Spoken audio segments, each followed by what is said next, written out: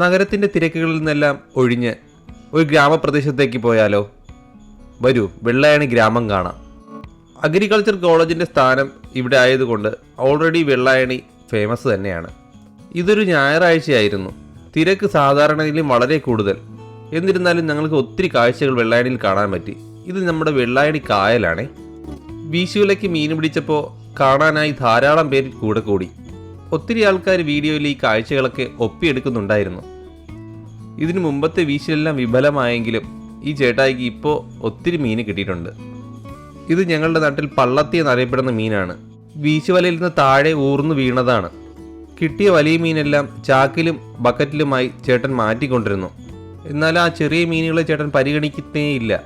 എന്നാൽ പിന്നെ അവരെയൊക്കെ എടുത്ത് വെള്ളത്തിൽ എറിഞ്ഞാലോ എന്ന് ഞാൻ ആലോചിച്ചതാ.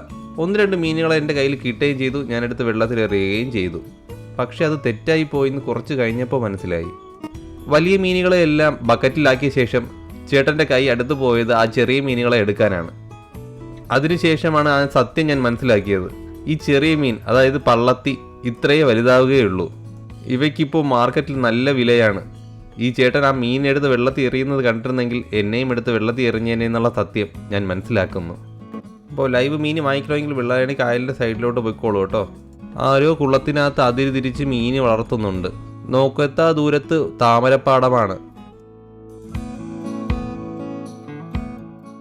ഇവിടെ വന്നപ്പോൾ കണ്ട ഒരു അപൂർവ കാഴ്ചയാണ്. ചേരകൾ ഇണചേരുന്നതാണിത്.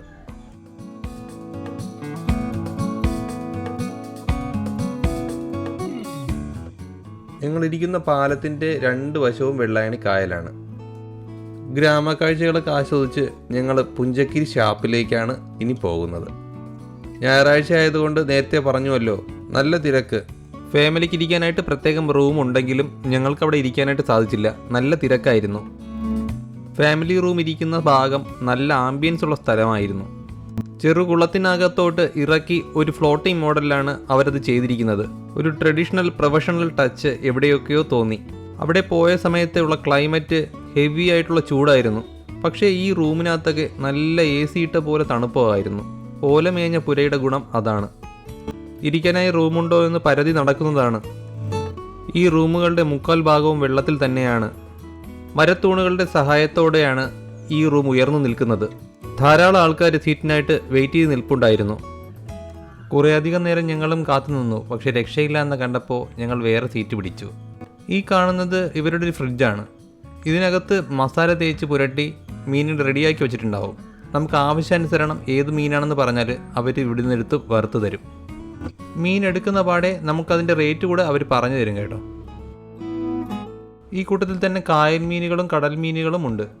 മീനുകളുടെ വകഭേദമനുസരിച്ചും സൈസ് അനുസരിച്ചും മീനിൻ്റെ റേറ്റ് മാറിക്കൊണ്ടിരിക്കും. അതുപോലെ തന്നെ ഫ്രീസർ ഡിസ്പ്ലേയിലേക്ക് മീനുകൾ തീരുന്നതിനനുസരിച്ച് കയറിക്കൊണ്ടേയിരിക്കും. ഇതേ നോക്കിക്കേ, എന്തോരം ഓർഡറുകളാണ് ഒരേ സമയം പോയിക്കൊണ്ടേയിരിക്കുന്നതെന്ന്.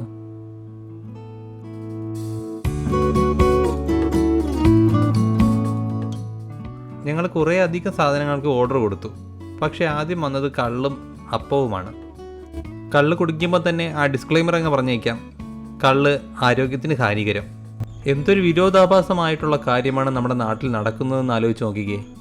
സർക്കാർ പറയുന്ന ടാക്സ് അടച്ച് ബാറും കള്ള് ഷാപ്പും തുറന്നു വയ്ക്കുന്ന മുതലാളിമാർ ഒരു വശം, സ്വന്തം കീശയിൽ നിന്ന് കാശെടുത്ത് കൊടുത്ത് കള്ള് വാങ്ങിച്ച് കുടിക്കുന്ന വീഡിയോ അപ്ലോഡ് ചെയ്താൽ കേസും പൊല്ലാപ്പുകളും ജയിൽവാസവും. ഈ വീഡിയോ കാരണം ഞാൻ അകത്ത് പോകുമെന്നുള്ള കാര്യം എനിക്ക് അറിയില്ല കേട്ടോ. എൻ്റെ പ്രതിഷേധത്തിൻ്റെ ഭാഗമായിട്ട് നല്ല എരിവുള്ള തലക്കറിയും കൂട്ടി ഞാൻ അപ്പം കഴിക്കുവാണ്. എരിഞ്ഞങ്ങ് ഇറങ്ങട്ടെ. ഈസ്റ്റിന് പകരം കള്ളുപയോഗിച്ച് പുളിപ്പിച്ച അപ്പമാണ്. എല്ലാവർക്കും അറിയും പോലെ കള്ളപ്പം എന്ന് പറയും.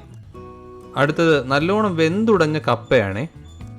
നല്ലോണം വെന്തുടഞ്ഞ കപ്പയിലേക്ക് ഇത്തിരി തലക്കറിയും കൂട്ടി നമുക്കൊന്ന് കഴിച്ചു നോക്കിയാലോ. തലക്കറിയുടെ ചാറ് നല്ല എരിവുണ്ട് കേട്ടോ.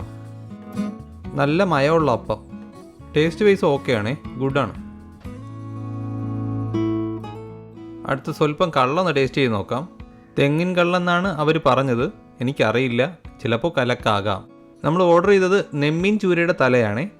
ഏകദേശം 350 രൂപയാണ് ഇതിൻ്റെ റേറ്റ്. മീനൊന്ന് ട്രൈ ചെയ്ത് നോക്കാം, അതിൻ്റെ ഫ്രഷ്നെസ് എങ്ങനെയുണ്ടോ നോക്കാം. തലയുടെ പിൻഭാഗത്തുള്ള ദശ തന്നെ ഞാൻ അടർത്തി എടുത്തിട്ടുണ്ടേ. മീൻ ഫ്രഷാണ്, വളരെ നന്നായിരുന്നു ടേസ്റ്റ്. അടുത്തതായി ഞങ്ങൾ ഓർഡർ നൽകിയത് വിരാലിൻ്റെ ഫ്രൈ ആണ്. ഇവന് റേറ്റ് ആയിട്ടുള്ളത് 400 രൂപയാണ്. ഇത് നാടൻ വരാലാണ്. ഇവിടുത്തെ കായലിൽ നിന്ന് തന്നെ ഇവർ പിടിക്കുന്നതാണ്. വെള്ളായണി കായലിലെ മീൻപിടുത്തം പലരുടെയും ഉപജീവന മാർഗം കൂടിയാണ് കേട്ടോ. പുറമേ നല്ല ക്രിസ്പി ആയിട്ടും അകത്ത് നല്ലോണം വെന്തിട്ടുമായിരുന്നു ഇവരുടെ ദശ ഇരുന്നത്. അതിനർത്ഥം നല്ല ചൂടിലായിരിക്കും ഇവരുടെ പാചകം നടന്നിട്ടുണ്ടാവുക എന്നതാണ്. അടുത്തതായി ഞങ്ങൾ ട്രൈ ചെയ്തത് ചിക്കൻ 65 ആണ്. ടേസ്റ്റ് വൈസിൽ എനിക്ക് ചിക്കൻ 65നേക്കാൾ സാമ്യം തോന്നിയത് ചിക്കൻ പക്കോട പോലെയാണ്.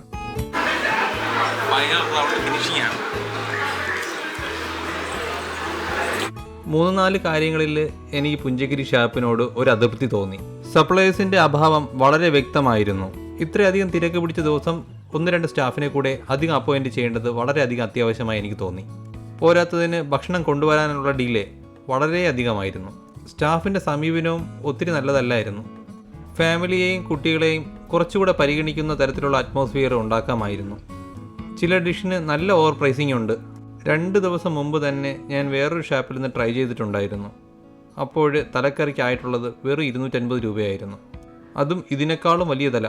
ഫുഡ് മാക്സിമം വേസ്റ്റ് ആക്കാതെ എല്ലാവരും കഴിക്കാനായിട്ട് ശ്രദ്ധിക്കുക. അപ്പോൾ വീഡിയോ ഇഷ്ടമായെങ്കിൽ ചാനൽ സബ്സ്ക്രൈബ് ചെയ്യുന്ന കാര്യം ഒന്ന് പരിഗണിച്ചേക്കണേ.